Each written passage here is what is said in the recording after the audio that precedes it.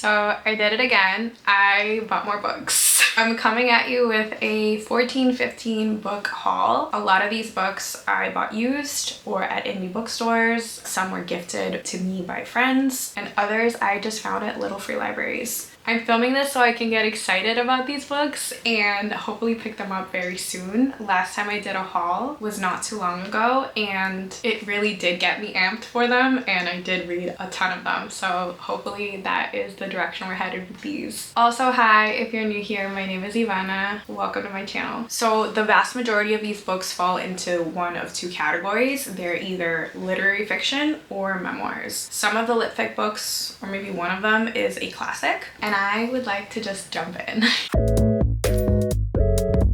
So starting off with fiction, we have Tennis Lessons by Susanna Dickey. Kat, aka Kat's Field Notes, sent me this and I'm really excited to read it. This is a coming of age story told in second person, which I feel like is going to be immersive because it's going to put you, or me I guess, in the point of view of the narrator. And a lot of the things in the back of the book feel very dramatic, and I like a good dramatic coming of age story. I'm gonna read a little bit. She says, "You're strange and wrong.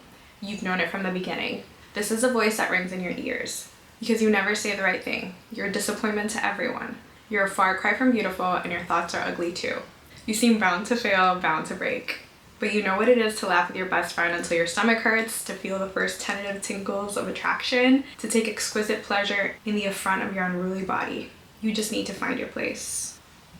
I love. This feels really dark and relatable. It also feels like a summer book to me, or maybe a fall book. I love the cover. It just feels like a very wild ride. And apparently it's funny too. So that is Tennis Lessons. Next up, we have a short story collection in the form of Salt Slow by Julia Armfield. Julia Armfield is known for Our Wives Under the Sea, which was one of my faves a couple years ago. This one is a sci-fi fantasy short story collection, as I said. This is Julia Armfield's debut, actually. So this was released before Our Wives Under the Sea. It covers women's experiences. Apparently there's a story about a pregnant woman with a creature inside of her that isn't her child. Apparently these stories are dazzling and shocking, and this was a gift from my friend Emma.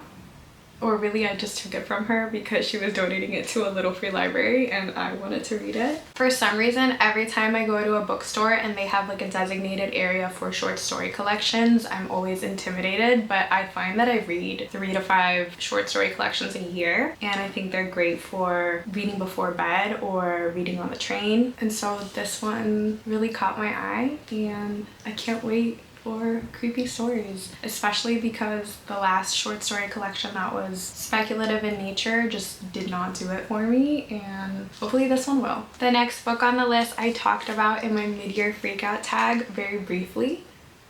It has a beautiful cover, and this is also a gift from Emma. It's My Nemesis by Charmaine Craig. This follows a woman who is in academia, I believe, and she has an academic rival. This has to do with midlife, art, identity, infidelity, all fun things. I really like an unlikable woman. I really like a story of obsession. I like confessions. I like chisme, and this apparently is thrillingly addictive. I like pretension sometimes, if it's fucking fun at itself. And so this one feels like one that I'm really gonna like and that I'm gonna read quickly, and I can't wait for it. And the first lines go, "When I accused Ra of being an insult to women, an insult to womankind was my unfortunate phrase. We were sitting with our husbands at a fashionable rooftop restaurant in downtown Los Angeles." I dig it. So the next book I actually bought full price. It was a staff recommended book at one of the bookstores that my friends and I visited in a bookstore crawl that we did on Indie Bookstore Day. Honestly, we had the time of our lives. We went to the North Shore here in Massachusetts. We checked out a bunch of different bookstores, and this book caught my eye. It's Cruddy by Linda Berry. It has a weird cover, and I love that. I bought it because I also own this book by Linda Berry called What It Is. This book was recommended to me during the height of the pandemic when I took a Zoom class with a poet. It was a poetry workshop about poetry and meditation, and she strongly recommended this book. Now, I'm not necessarily interested in writing poetry or writing fiction, but I am interested in just like art and being and journaling, and the illustrations in this book are just insane. Like, they're so beautiful. And she illustrates the book herself. All of the pages on the book are just inspiration and like tiny little prompts. So this one says, can we remember something that we can't imagine? What makes us able to imagine something? Which again is like very vague, but it's just like a charming little book, or big book, I guess, that I haven't gotten through actually, but I feel like it's a really inspiring book. Anytime I'm looking for inspiration, I like to skim through the pages. So I was familiar with Linda Berry's work. She also has a book called The Syllabus, which apparently rivals The Artist's Way, and people are saying that it might even be better, which I'm not gonna buy until I like get through this one, but I digress. Going back to the book that I actually recently purchased, Cruddy. This is an illustrated novel that follows a girl in 1971 who is like tripping on acid. This was originally published in 1999. The narrator of the story is a 16-year-old girl. She is apparently very funny, and she curls up in the corner of her ratty bedroom and begins to write on a September night in 1971. She writes, "Now the truth can finally be revealed about the mysterious day long ago when the authorities found a child calmly walking in the boiling desert, covered with blood. The girl is Roberta Robson, and her rant against a world bounded by the cruddy top bedroom of a cruddy rental house on a very cruddy mud road soon becomes a detailed account of another story, one that she has kept silent since she was 11. Just gonna open to a random page with an illustration and show you. This looks really creepy. So this one I'm super psyched about. I'm a little sad because recently I can't read books physically unless I'm also listening to the audiobook, and there's no audiobook that I can find for this one. So this is the perfect time to actually read it because I have the summer off, and this feels like a book that I could curl up with and really like soak it all in. Now that I have time, and especially after July when I'm done with my library classes, I'll be able to hopefully get to this one. Another recent purchase is Mary Ventura and the Ninth Kingdom. I also briefly talked about this during my mid-year freakout tag, and this is a story by Sylvia Plath. I don't even know if it constitutes a novella or if it's just a short story, but the words are really big on the page and the margins are pretty wide. So I'm just looking forward to this one. I think it has such a stunning cover, and the back of the book says, "The lips the color of blood, the sun an unprecedented orange, train wheels that sound like guilt and guilt and guilt are just some of the things Mary Ventura brings to notice on her journey to the Ninth Kingdom." But what is the Ninth Kingdom? She asked a kind-seeming lady in her carriage. "It is the kingdom of the frozen will," comes the reply. "There is no going back." Apparently this is a book about female agency and independence, and it's all about mortality, which sounds very Sylvia Plathy. Our next fiction book is River East, River West. This was another gift from my friend Emma. It's a tale of two generations. I believe they're a Chinese/Chinese American family. It's a drama. It's another coming of age story, which I love. And it feels like it would suck me in, and apparently it has a strong sense of place. I really trust my friend Emma's taste. I think that out of all my friends, she and I have the most in common in terms of our tastes aligning, and she has never steered me wrong. So I'm sure that I'll love this. Next, we have another book that I mentioned multiple times in my mid-year freakout tag, and that is Wild Dark Shore by Charlotte McConaughey. I am drawn to cli-fi now. Yesterday would have been the perfect day to read this because there was a thunderstorm, but I did not read it. And this book follows a man named Dominic Salt and his 3 children who live in a tiny island off the coast of Antarctica, and one day a woman washes ashore after or during a storm, and there's a lot of secrets, there's a lot of tension, the chapters are short. I really love Charlotte McConaughey's migrations, so hopefully I will also enjoy this one. And this one I unashamedly bought full price, probably at Trident Booksellers. I just have a gut feeling that I'm gonna love it, and this was one of my most anticipated reads of 2025. I don't know why I keep putting it off. The next book I also bought full price. I got it at an indie bookstore though that has a translated literature section, which I don't think that I've seen anywhere near Boston. I can't remember the name of the bookstore, but I'll put it somewhere on the screen because it really is worth checking out. I also got the book because I love the cover. Also, the author has my same first name, Ivana, and this is Love Novel by Ivana Sachko, and it's translated by Mima Simic. I'm sorry if I'm saying that wrong. This is a book that was originally published in Croatian. I've never read a book that was originally in Croatian, and it follows a failed marriage in late-stage capitalism. A woman who is unhappy with being a mother, or at least taking on all the demands of motherhood, with a good-for-nothing husband. Sounds very Elena Ferrante-esque. The book seems very fever dreamy. I am intrigued, and it's a shorty. I like shorties. The next fiction book is a classic that I found in a little free library, and it is Sense and Sensibility by Jane Austen. I've said this before in my other videos, but I really do want to read more classics because as a librarian, I want to be able to recommend books more widely. And I know I don't have to read every single classic that exists, but it would be nice to know what I'm talking about. This book apparently follows two sisters who are thrown together in an unkind world when their father passes away. One appears to be a passionate open book, while the other one is more closed off and reserved and is suffering in silence. I like stories about sisterhood. I like stories about romance. I heard that Daisy Edgar-Jones of Normal People is going to be starring in an adaptation of this. Strangely enough, I've never seen an adaptation of Sense and Sensibility, so I'm interested in that. The back has a quote that actually has gotten me more excited to read this, and it says, "The more I know of the world, the more I am convinced that I shall never see a man whom I can really love." I require so much. Same here.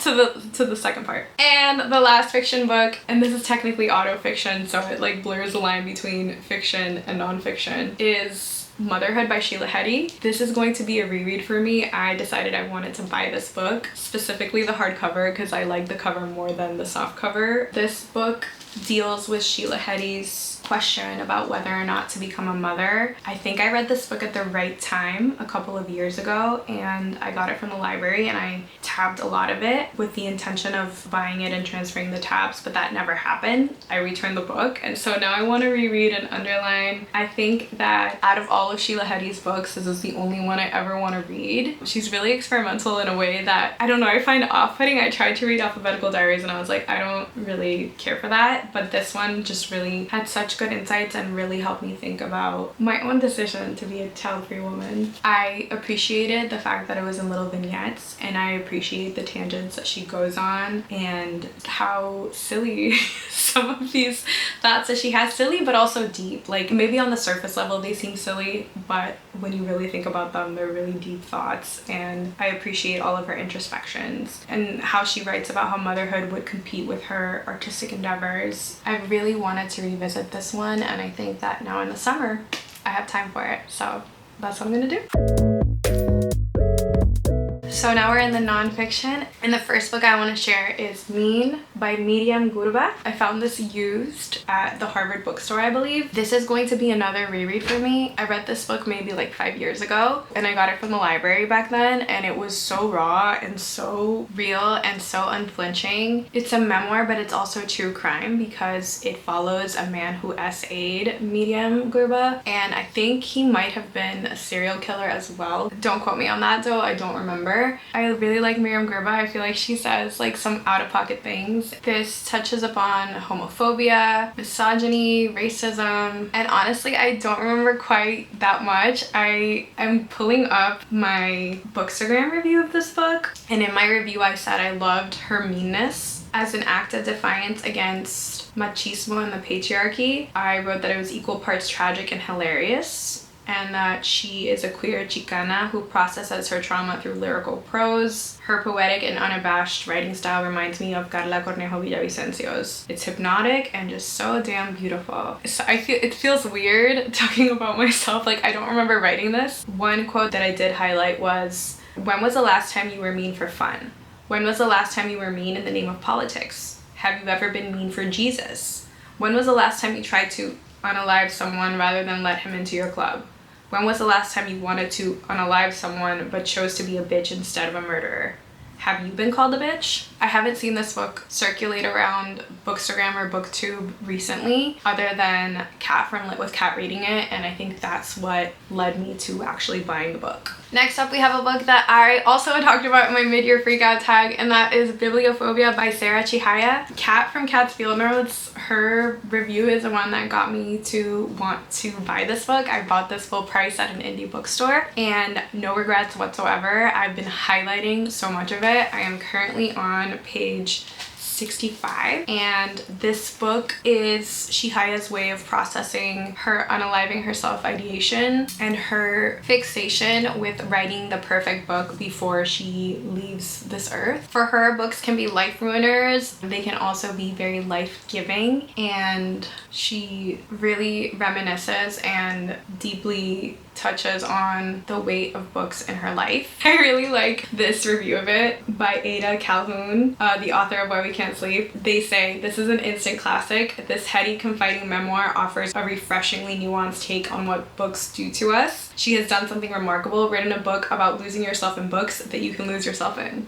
So very meta. I do like books about books, and this one I'm taking my time with it because it is so heavy, but it is exquisitely written. So I'm really just very excited to soak this in slowly this month. The next book I also bought new. I got this off of bookshop.org. It is Arrangements in Blue, Notes on Loving and Living Alone by Amy Key. And this was a recommendation by Temi, who is also here on BookTube. And I'm fascinated with books about loneliness and solitude. As a 30-something-year-old, I'm just intrigued with books about aging and being alone and being comfortable in your own skin, and women who don't follow societal conventions. This book asks the question, is it possible life without romantic love isn't so bad? Some of the books that I've read in the similar vein are I'm Mostly Here to Enjoy Myself, which I really loved. Love in the Big City, which I also really enjoyed parts of that, and then Conversations on Love. Temi was like, those books are not as good as Amy Key's books,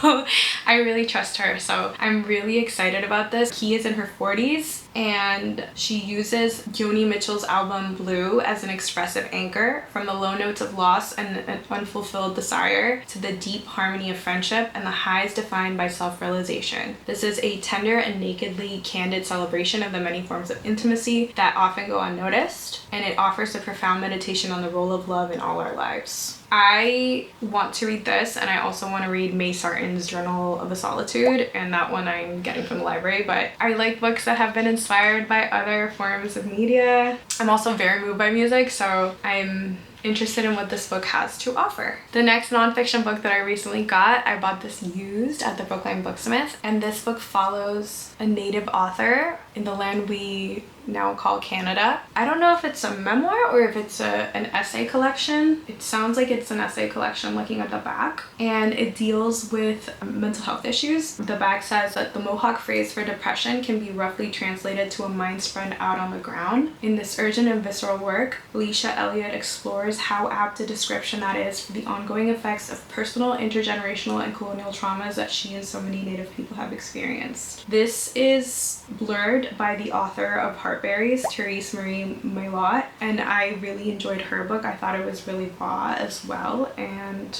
this seems like a very heavy book. I also love the cover. Next up, we have two books by the incomparable Jamaica Kincaid. I had the pleasure of listening to her speak at the Museum of Fine Arts here in Boston with Kat from Lit with Kat. She is just such a kooky, fashionable, wise, brilliant woman, and I'm really glad I got to meet her. She talked a lot about her love of gardening, and so that got me interested in her gardening books. For my school's library, I bought an Encyclopedia of Gardening for Colored Children by Jamaica Kincaid and Kara Walker, and this book, I believe, has like the alphabet.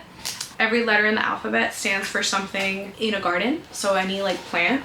So for example, H is for hibiscus, and T is for tea, The illustrations are super beautiful. Now that I'm looking at it a little more, it also deals with like biblical things. The back says, Jamaica Kincaid offers an ABC of the plants that define our world and reveals the often brutal history behind them. I work with older students, I guess tweens and teens, and I have found that they like to pick up big books like these and like browse them in the library. I think this is a beautiful, beautiful, beautiful book, and I'm excited to share it with my students. The other book of hers that I bought recently used as well in the Brookline Booksmith, and it is My Garden Book. And she writes about her first garden in Vermont. The book also has illustrations. They're like a little bit tinier, and it's almost like they're written in a notebook. And it just feels like very introspective, a book that you would take your time with. I think this would be a good book to read outside in its entirety. It would also be a good book to read in the winter time. In the back it says that she despises winter because it hides the garden. I just love Jamaica Kincaid's sense of wonder and whimsy, even in her older age. I actually don't know when this was published. Okay, it was published in 1999. We have 2 books from 1999, which is interesting. I feel like this would be a good book to fully read outside in the summer. I am currently still reading Upstream by Mary Oliver, and that has taken me a whole year, so maybe this will be my nature book for next year. And maybe it'll motivate me to create a garden of my own, because my backyard it's kind of sad and small, but there's potential there. So that's it. Those are my books. Those are the books I've recently purchased. Please let me know which ones I should prioritize, and if you have any recommendations for me based on the books that I shared. I also want to know if you liked any of these books and if you bought any exciting books recently. Thank you so much for watching. I hope that the construction outside didn't bother you, and I will see you in my next video. Bye!